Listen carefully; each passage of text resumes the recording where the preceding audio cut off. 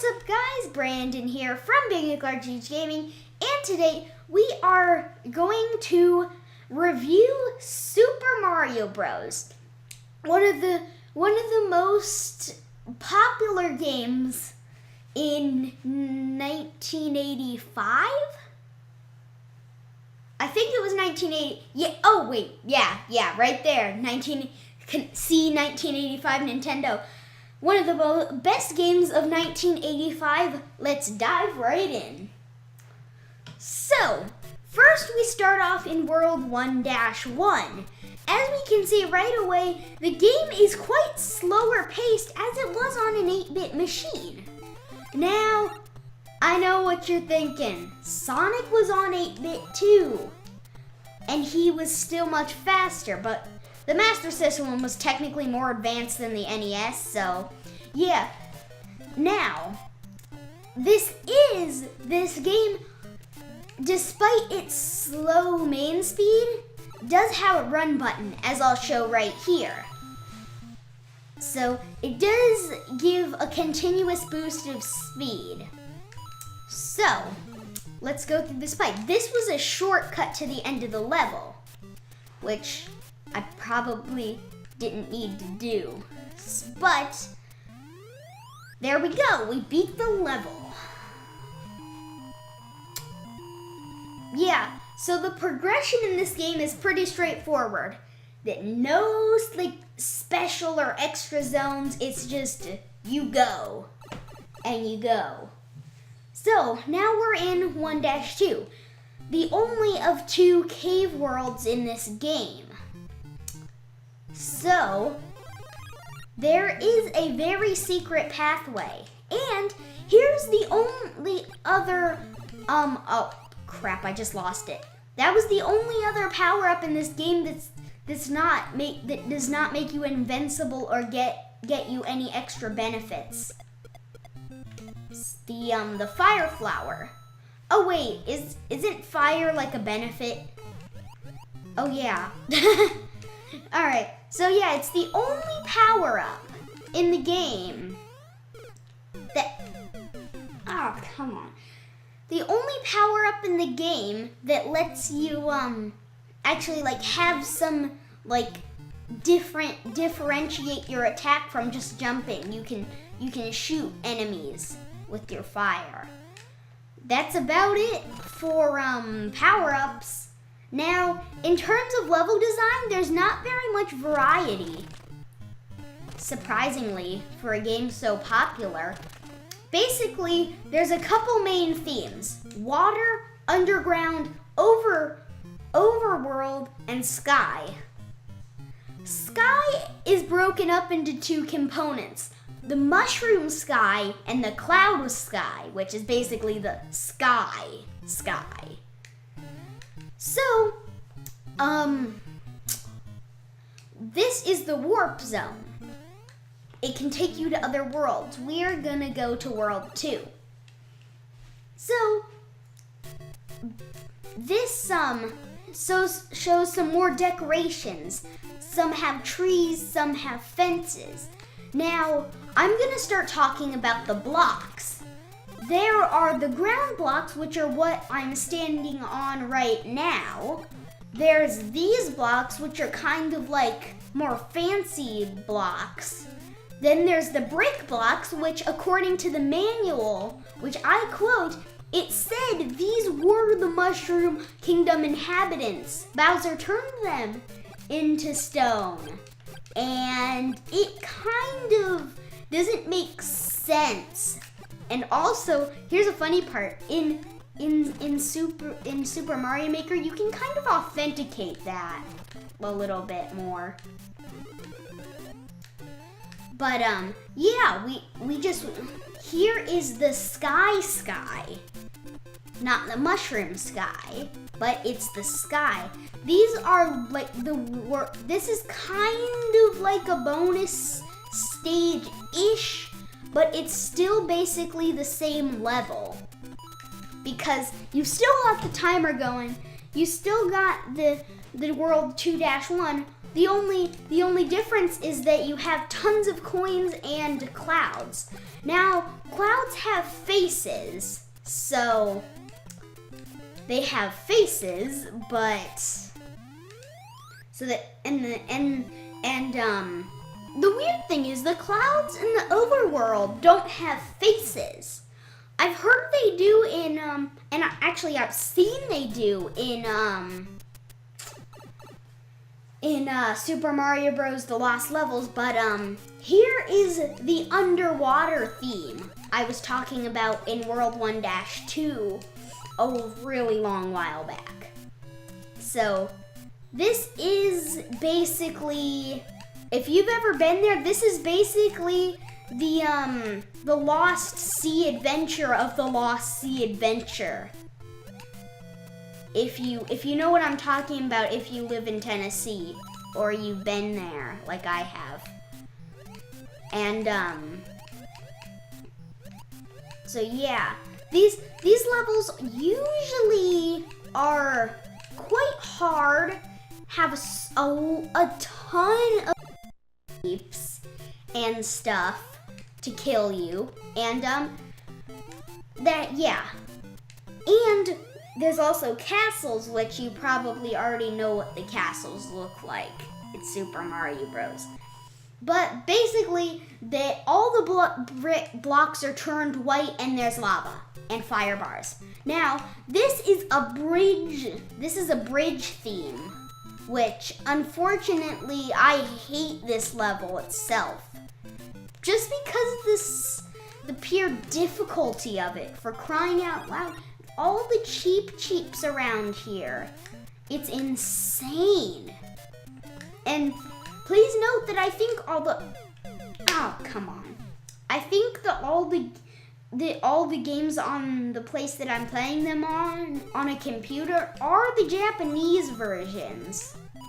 Because I played a PS2 game I played a PS2 game once, and it actually it had Japanese text. It was weird. So I think I should really stop talking about other stuff. Anyways, for the enemy variety, we have Goombas, which are pathetically easy, can't jump, and die in one hit. Then we also get wait, what didn't Paracoopa Troop oh, there's also what you'll see up ahead. This is a Koopa Troopa. It's one of the it goes down in 2 hits, as you saw there. It kind of, if you have the fireball, it goes down in 1 hit, but otherwise it goes down in 1. So I think there's a pretty good thing here. And then there's also piranha plants, which basically come out of pipes sometimes. They're never just they're on the ground. It's kind of strange, actually. So then we have different variations of those 3 enemies, because those are the main enemies for the game itself. So there is Paragoombas, Paracoopa Troopas, and oh wait, and then I think they're in this game. Oh wait, no, they debuted in Super Mario 3. So I think that and then there's oh wait, no, those are and then there's red Koopa Troopas, which are quite smarter actually than green Koopa Troopas,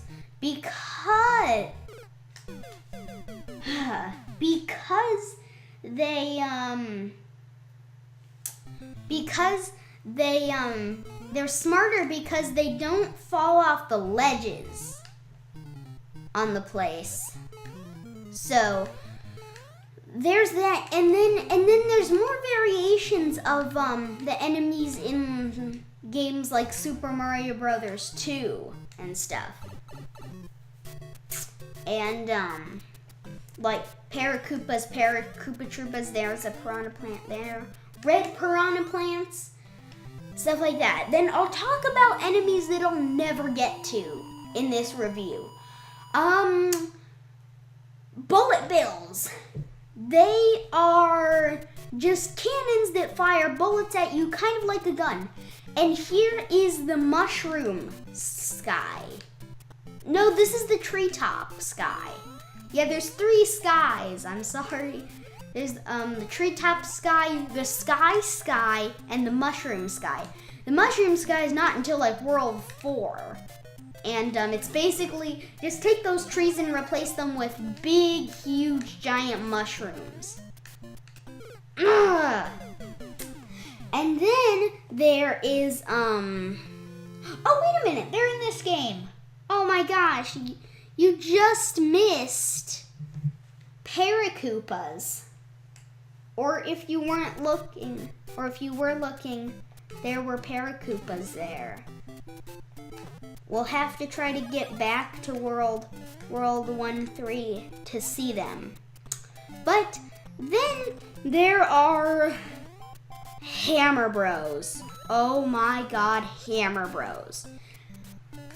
Hardest enemy in the game, and even worse in Super Mario Bros. 2. But I won't talk about the Super Mario Bros. 2 because they're just horrible in that game. So basically, they're enemies that usually come in pairs and throw hammers at you. Sounds easy to avoid? It's not, because sometimes they're in confined spaces.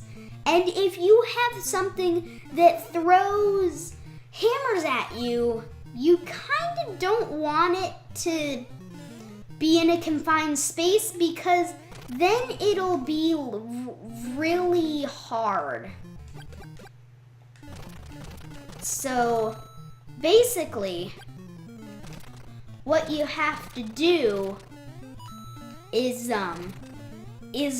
either hit them with fireballs or just try to avoid them the best you can. And then there is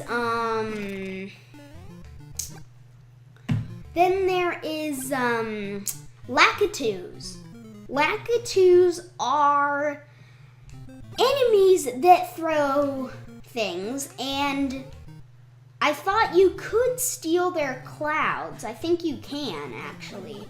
I don't really know, but you can in Super Mario Maker, and that I'm using that as a reliable source for this one. But I think they tweaked it a little bit. So I'm gonna just say no then there are the Spinies themselves. And those Spinies will act, and those, oh yay! And those Spinies, you can't jump on them. You have to have fireballs for them to avoid them. Now, these are the platforms, the moving platforms of this game. So, now we go across here. Here are Paracoopas and Paratroopas. Oh, that was a Paratroopa. I don't think Paracoopas are in this game yet. But, yeah, that's about all I can talk about. I mean, it's an 8-bit game. It's a platformer. But let me give it a final score. I'll give it a 9.2 out of 10. There are some design flaws and some controls that I didn't like, but overall, an amazing game.